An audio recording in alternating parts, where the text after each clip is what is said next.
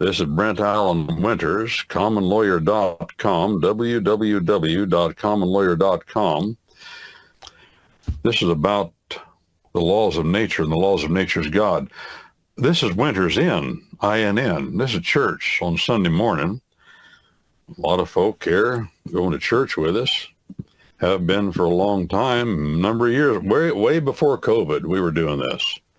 And I've noticed most of the people that come to church here, and a lot of them, I shouldn't say most, I don't know, because we're on so many platforms that are rebroadcast throughout the world that we don't know how many or who's listening. Don't need to know, I don't suppose. I'm just saying the truth. Now, I've been heavily criticized by high church folk that say this isn't church.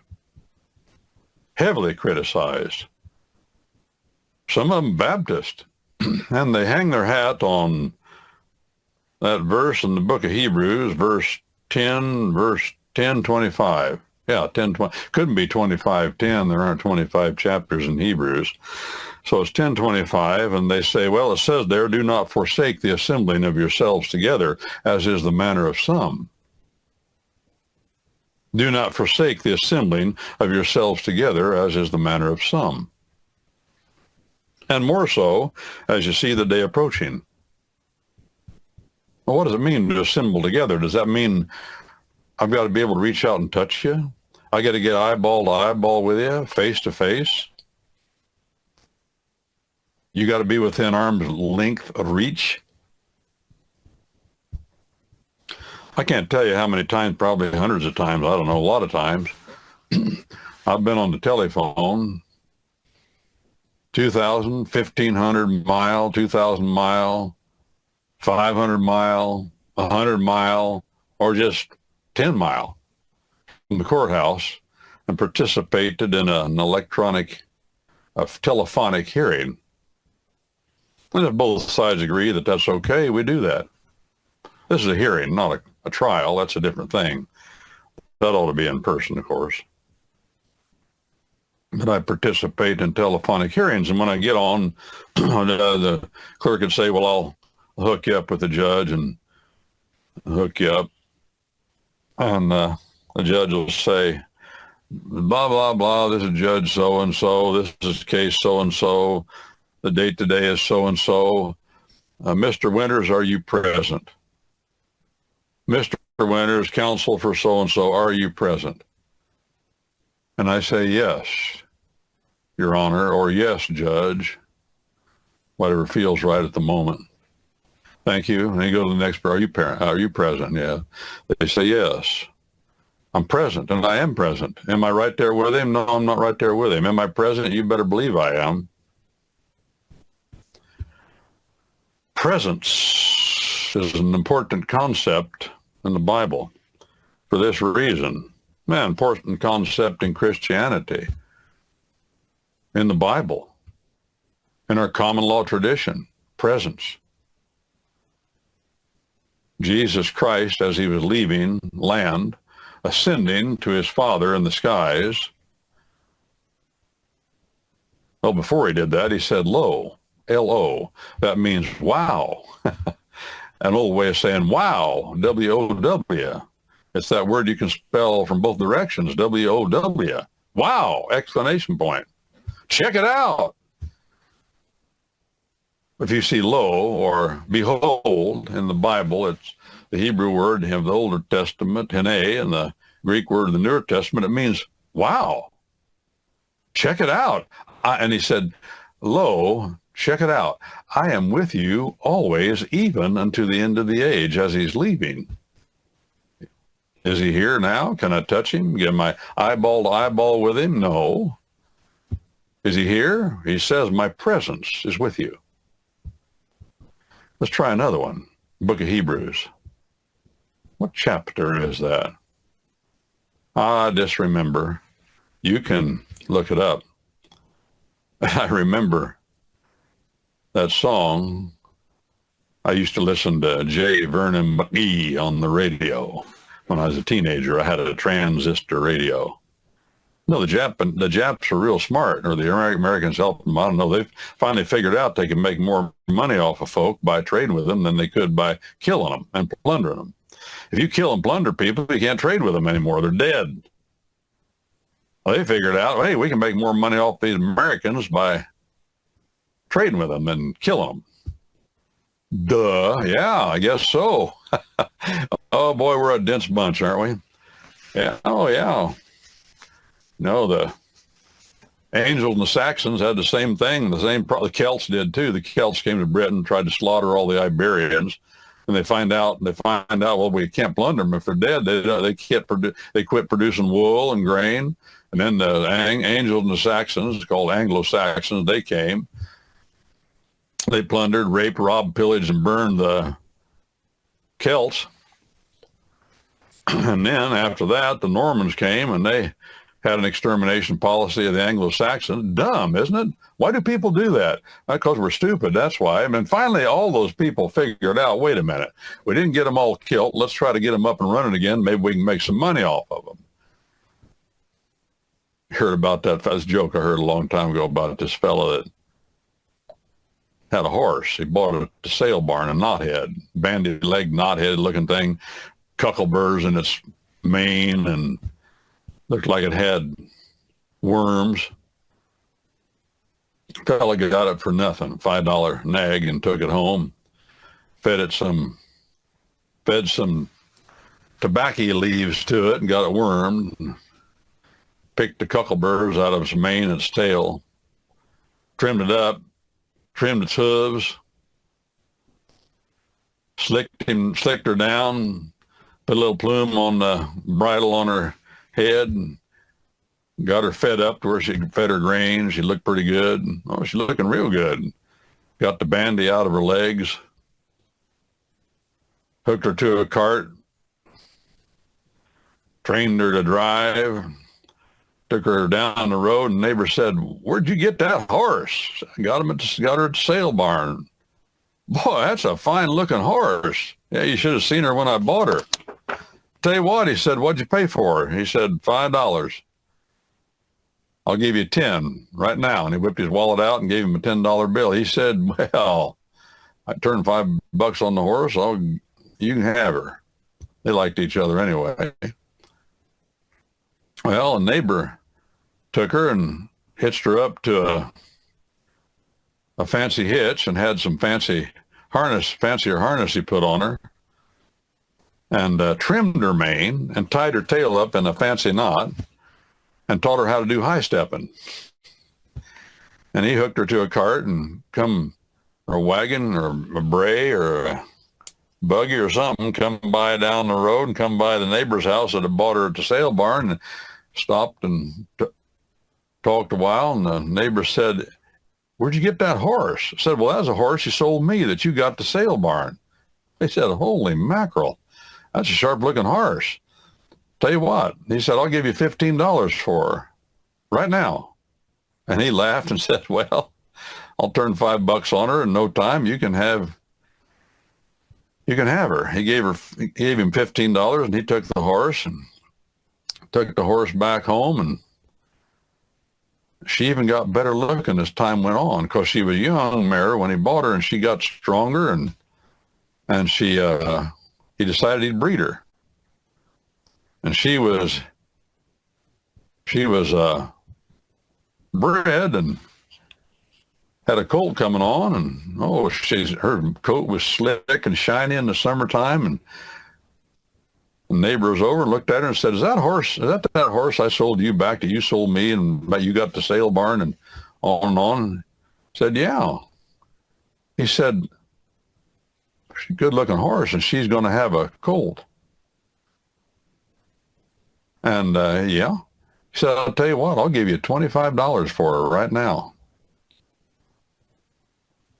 He said, "Well, I don't want to sell her."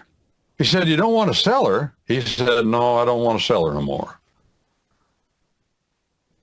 He said, why don't you want to sell her?" He said, "Well, I've already sold her to another fellow, but I want to sell her to you."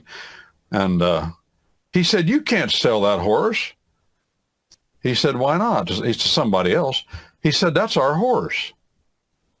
And then he said, you and me was making good money on that horse. Buying and selling and trading the horse back and forth. Now, I don't take credit for that story. I don't remember where I heard it. Maybe some of you know. But it makes the point that buying and selling and trading, you can make more money off of people and have a more lively life than you can plundering, raping, robbing, pillaging, burning, and killing. Well, I was listening to this transistor radio, and J. Vernon McGee, and at the beginning of every show, he'd play this song. Now, this song used to be President Andy Jackson's favorite song. Matter of fact, they played it at his funeral when he died at the Hermitage there on the outskirts of Nashville, Tennessee. They played the song, but the funeral service was interrupted by his parrot, who he kept in the house, which he kept in the house. Kept his parrot in the house. And his blasted parrot commenced to cussing up a storm during the funeral service while he was trying to play this song. Well, that was just testimony to what was going on in the house before the funeral service, I suppose.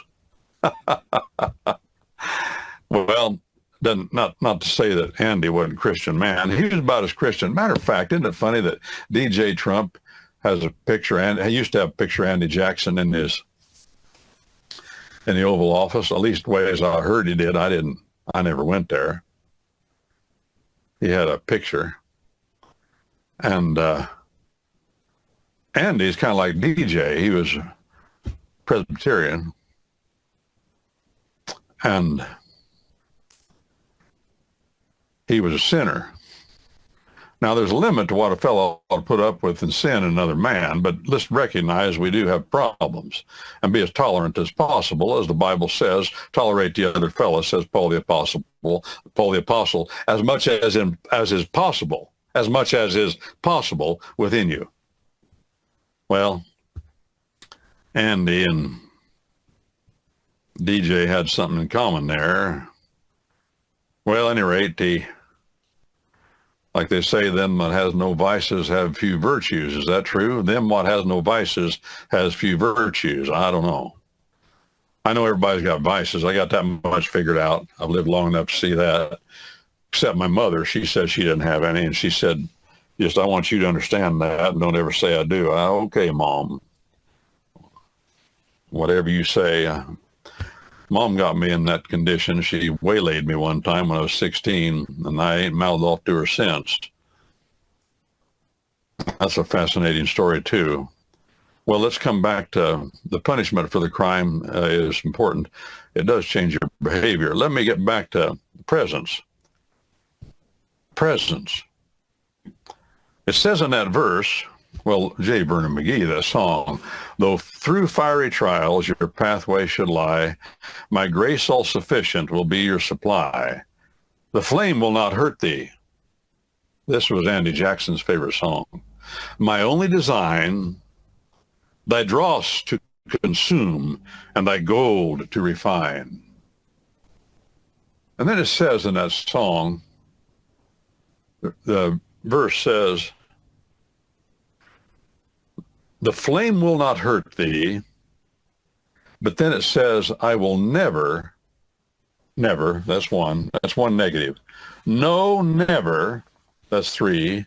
No, never, that's 6, forsake. To that soul who owns Jesus hath leaned for repose, I will never, no, never, I will never forsake to its foes. But he says it then later 6 times, never, no, never forsake. Well, I like to translate the Bible. Some of you know that. That's what I enjoy doing, and I do it so I can teach. And I was looking at that verse in Hebrews, and I noticed in that verse where it says, it's translated in the King James, I will never forsake you or leave you. I will never forsake you or leave you. But the Greek text has 6 negatives, just like that song. I will never, no, never forsake you or leave you. I said, that has to be why that song does that, because he knew what the text said, the fellow that wrote the song. How emphatic can it get? I will never, no, never, no, never forsake you or leave you. In other words, he's here. But how is he here? Here's how he's here. It's the parousia of the New Testament, when it says that Jesus Christ is coming, his coming is imminent. I am coming. It's the word parousia. What does the word parousia mean? It means presence. The presence. You're in the presence of the King. You can't escape it. Why? Because, as the Christian doctrine says, he is omnipresent. Omni? A fancy old Latin word means, Latin Greek-based word means everywhere. Everywhere. It's not that God, a little bit of God is everywhere. No, all of God is at every point in his creation, all of him. That's the doctrine of omnipresence.